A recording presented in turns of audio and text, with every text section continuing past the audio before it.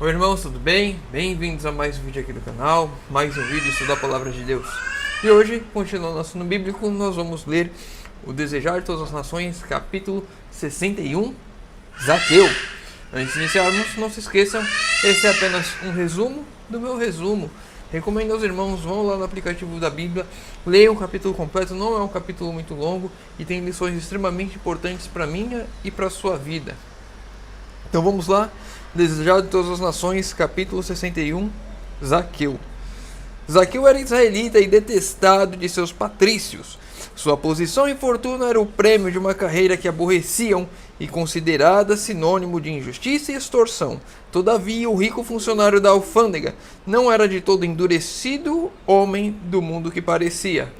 A aparência de Zaqueu era a aparência de uma pessoa endurecida, uma pessoa que não tinha esperança, uma pessoa totalmente perdida. Muitas vezes eu e você caímos nessa tentação, nesse erro de achar que há pessoas perdidas, pessoas que são impossíveis de serem alcançadas. Zaqueu era uma dessas pessoas, parecia ser impossível, mas não era. Não cabe a mim e a você julgarmos as pessoas, se ela deve ser salva ou não, se ela tem conversão ou não.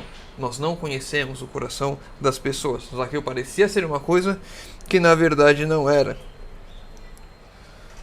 Sob a aparência da mundanidade e orgulho, achava-se um coração suscetível às influências divinas. A aparência toda dele era uma aparência de uma pessoa totalmente caída e corrompida, mas por dentro havia um coração que estava pronto a ouvir as verdades de Deus e se converter. Zaqueu ouvira falar de Jesus, espalhara-se por toda a parte a fama daquele que se conduzira bondosa e cortesmente para a classe proscrita. Despertou-se neste chefe publicano o anelo de uma vida melhor. Então, quando ele conheceu Jesus, ele sentiu o desejo em si de uma vida melhor, uma vida transformada. A primeira coisa que surgiu no coração de Zaqueu, que já era suscetível às verdades divinas, era o desejo de uma vida melhor. Não cabe a mim e a você julgar quem merece o céu, quem não merece o céu. Isso é com Deus. Cabe a mim e a você levarmos o céu, levarmos Jesus a todos. E aí a pessoa decide se ela aceita ou não. Conhecia as Escrituras e estava convencido de que era injusto seu proceder. Ou seja, ele já conhecia as Escrituras. Era uma pessoa que estudava e sabia que estava em erro. Agora, ouvindo as palavras que diziam por vir do grande mestre, sentiu-se pecador aos olhos de Deus. Todavia, o que ouvira dizer de Jesus acendeu-lhe a esperança no coração. Então aqui nós vemos que ele reconhecia ser pecador.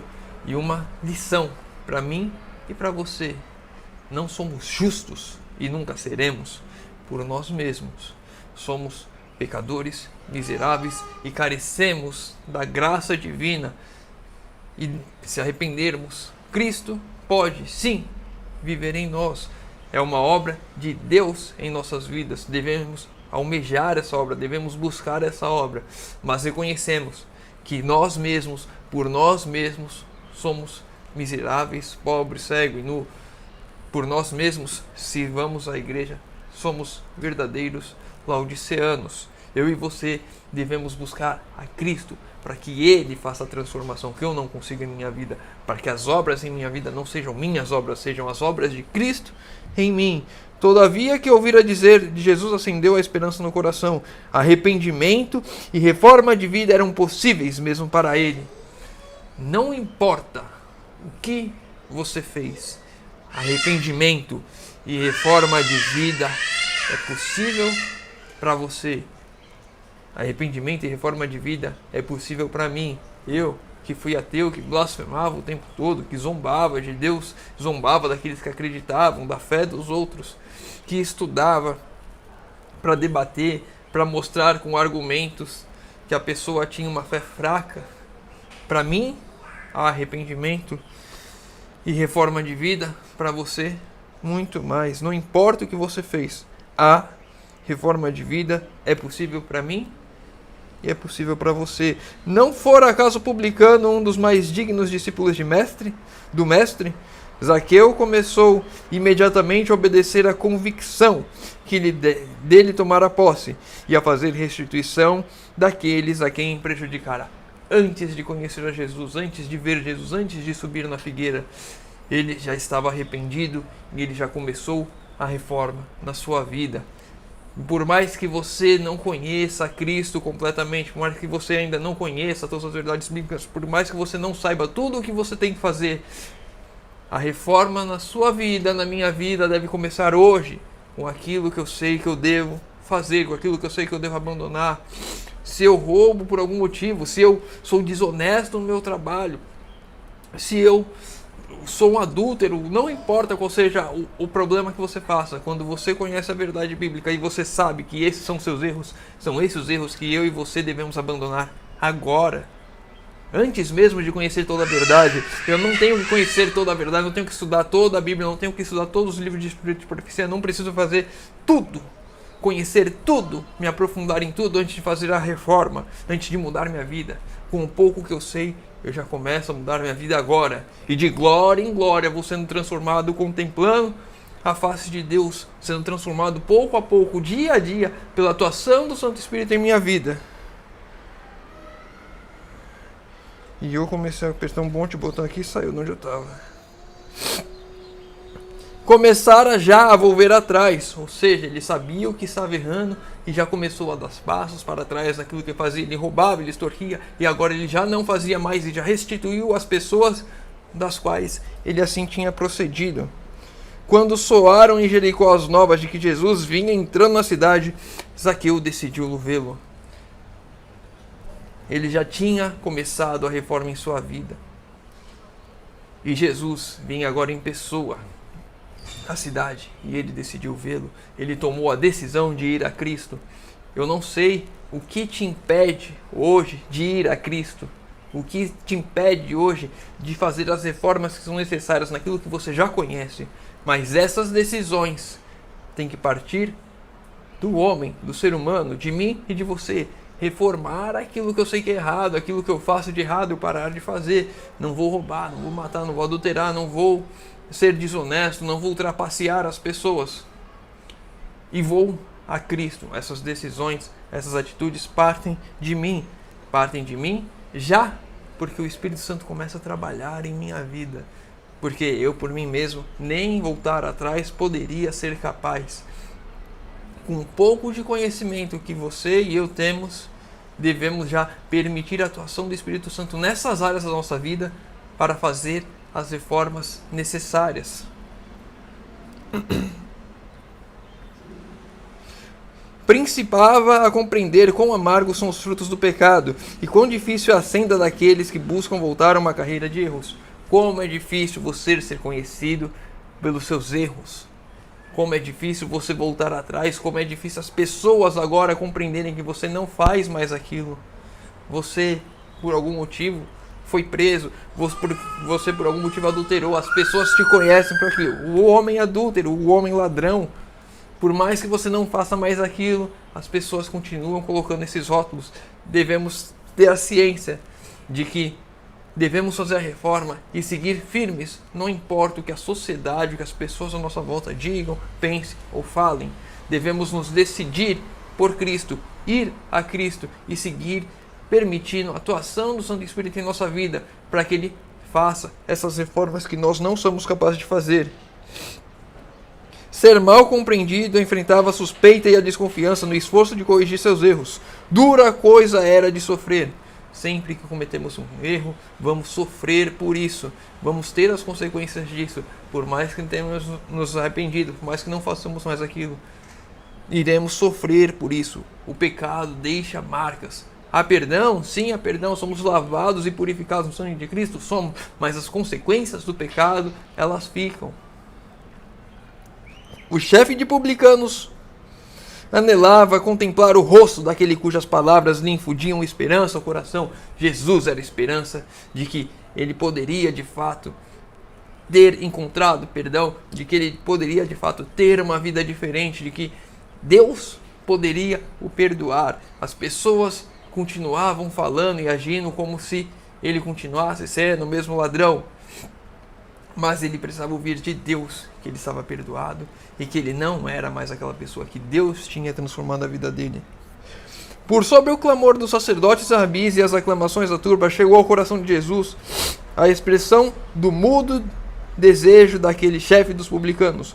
De súbito, mesmo embaixo da figueira, um grupo estaca os de diante e os de trás detém-se, e alguém cujo olhar parecia ler a alma ergue os olhos para a figueira.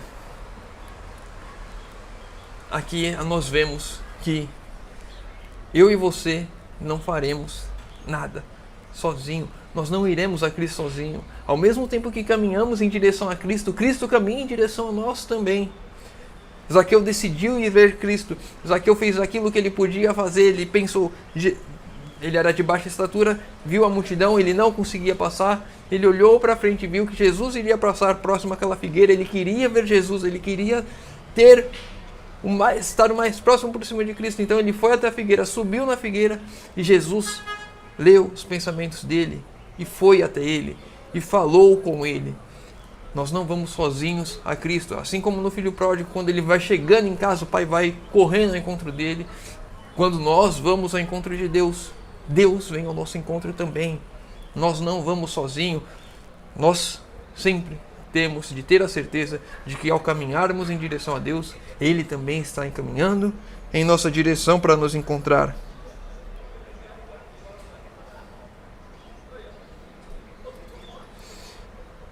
Zaqueu ficou abismado num deslumbramento e silencioso em face do amor e da condescendência de Cristo em rebaixar-se até ele tão indigno. Então o amor e a lealdade para com o mestre que acabara de achar lhe descerraram os lábios. Resolveu fazer pública a sua confissão e arrependimento. E agora Zaqueu, contemplando o amor de Deus por ele, entendendo que Deus o ama, e esse amor agora é recíproco por ele, ele confessa os seus pecados. Ele diz tudo aquilo que incomodava, tudo aquilo que ele já tinha convertido com o poder do Espírito Santo, que ele já não fazia mais, mas agora ele confessa publicamente e diz que restituiria ainda mais aqueles que ele não tinha ainda. Quando eu e você nos encontramos com o amor de Cristo, quando nós percebemos o amor de Cristo, como nós estamos arrependidos, quando nós estamos verdadeiramente convertidos, os nossos lábios confessam tudo, entregam e declaram tudo aquilo que nos incomoda aos pés de Cristo, tendo a certeza do perdão do nosso Senhor. Quando o jovem rico se retirara de Jesus, maravilharam-se os discípulos de ouvir o Mestre. Quão difícil é para os que confiam nas riquezas entrar no reino de Deus! Exclamaram uns aos outros: quem poderá, pois, salvar-se? Porque as pessoas confiam muito nos seus bens, nos seus dons, nos seus talentos. Agora tinha uma demonstração das palavras de Cristo.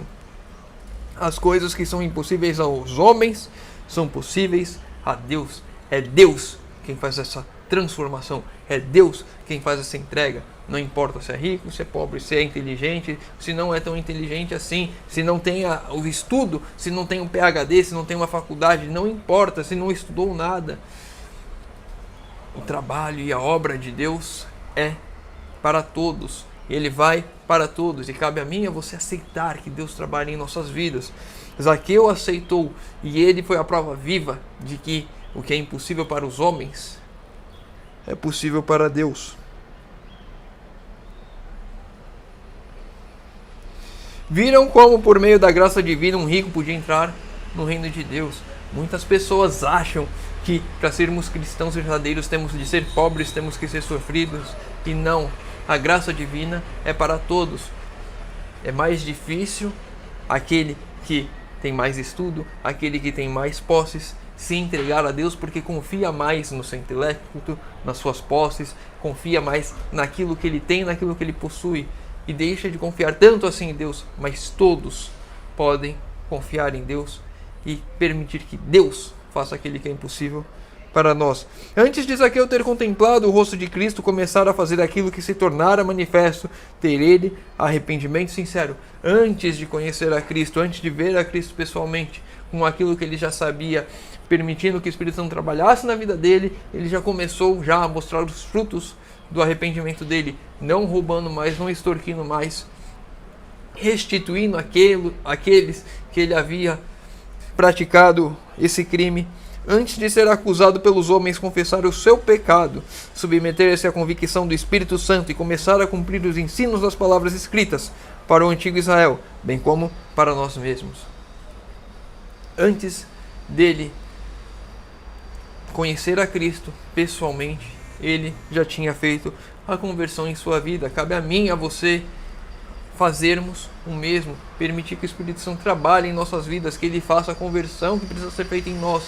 Não esperar, não retardar, não ficar colocando empecilhos para que Deus trabalhe em nossas vidas.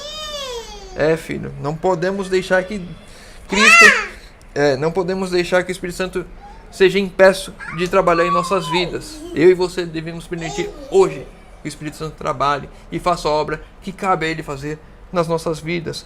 A primeira resposta de Zaqueu ao amor de Cristo era manifestar compaixão para com o pobre e o sofredor. A primeira resposta do amor de Cristo que surge em nós é amar ao nosso próximo, amar o nosso semelhante, nos compadecer daqueles que estão ao nosso redor. É essa a primeira resposta que de fato o Espírito Santo tem trabalhado em minha vida, tem trabalhado em sua vida. Não é genuíno nenhum arrependimento que não opera a reforma. Não há arrependimento sem reforma. Se você está arrependido de fato, o Espírito Santo vai reformar a sua vida. Você não vai ficar mais cometendo o mesmo erro. Se você adulterou, você está arrependido de fato, você não vai mais ficar adulterando. Se você roubou, está arrependido, você não vai mais ficar roubando. Não existe arrependimento sem reforma. Não existe mudança de vida sem reforma. A justiça de Cristo não é uma capa para encobrir pecados não confessados e não abandonados. É o princípio da vida que transforma o caráter e rege a conduta. A justiça de Cristo transforma o caráter e rege a conduta. O meu ser, a minha forma de agir é transformada por Cristo. Essa é a justiça de Cristo. Não dá para mim falar que sou cristão e colocar uma capa de santidade e continuar nos mesmos pecados. A mudança da minha vida tem que acontecer hoje, agora, porque Cristo quer fazer essa mudança hoje, agora. Não é dia de brincar mais. Já passou o tempo, nunca teve esse tempo, mas se você pensou que podia ainda brincar de ser cristão, esse tempo já passou. Agora é tempo de mudança, é tempo da reforma na minha vida, na sua vida, que o Espírito Santo quer fazer hoje. O cristão deve representar perante o mundo, nos negócios de sua vida, a maneira por que o Senhor se conduzir em empreendimentos desse gênero. De toda a transação deve ele patentear que Deus é seu mestre. Tudo aquilo que fazemos deve demonstrar que somos regidos por Deus, que a obra de Deus é feita em nossas vidas. Os que professam ser seguidores de Cristo e são... Caleb, não puxa as plantinhas. Os que professam ser seguidores de Cristo e são injustos nos tratos, estão dando falsos testemunhos do caráter de um Deus santo, justo e misericordioso. Se você é injusto, se você é enganoso, se você é desonesto, você está mostrando totalmente o contrário que é Deus. Você não é de Deus. Quando Deus está em minha vida, quando Cristo me transforma, quando eu realmente permito que o Espírito Santo habite em mim, transforme a minha vida, eu não vou agir mais cometendo os mesmos pecados que antigamente. Para a gente encerrar, é quando se recebe Cristo como Salvador pessoal que sobrevém salvação à alma. A salvação provém quando nós recebemos a Cristo como nosso Salvador pessoal. Zaqueu recebeu a Jesus não somente como um hóspede de passagem em sua casa, mas como alguém que vem habitar no templo da alma. Quando de fato somos salvos, quando a salvação chega a nós, Jesus não vem como um hóspede. Jesus não vem quando eu estou na igreja. Jesus não vem quando eu estou fazendo um trabalho missionário. Jesus não vem quando eu estou dando estudo. Jesus vem para transformar o caráter, para mostrar os atos de justiça dele através da nossa conduta. Jesus trabalha e vive em nós quando nós de fato o aceitamos como nosso Salvador. Vamos encerrar por aqui, já estamos chegando já aos 20 minutos. Se ficou com alguma dúvida do que a gente conversou, deixa nos comentários.